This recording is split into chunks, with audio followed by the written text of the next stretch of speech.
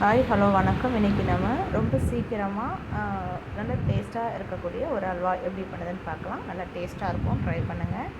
இதுக்கு வந்து ஒரு தவாவில் 2 ஸ்பூன் அளவுக்கு நெய் சேர்த்துட்டு கொஞ்சமாக முந்திரி சேர்த்து நமக்கு தேவையான அளவு வறுத்து அதை தனியாக வச்சுக்கலாம். அதுக்கப்புறம் மிக்ஸி ஜார் எடுத்துக்கிட்டு 1 கப் அளவுக்கு பொட்டுக்கடலை 2 ஏலக்காய் சேர்த்து இந்த மாதிரி அரைச்சி எடுத்து வச்சுக்கலாம்.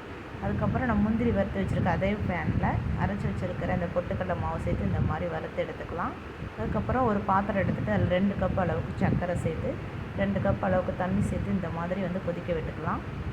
கம்பி பதம் வேணும் அவசியம் இல்லை. அதுக்கப்புறம் அந்த தண்ணியை பொட்டுக்கடலை மாவோடு சேர்த்து இந்த மாதிரி கைவிடாமல் மிக்ஸ் பண்ணிட்டு இருங்க.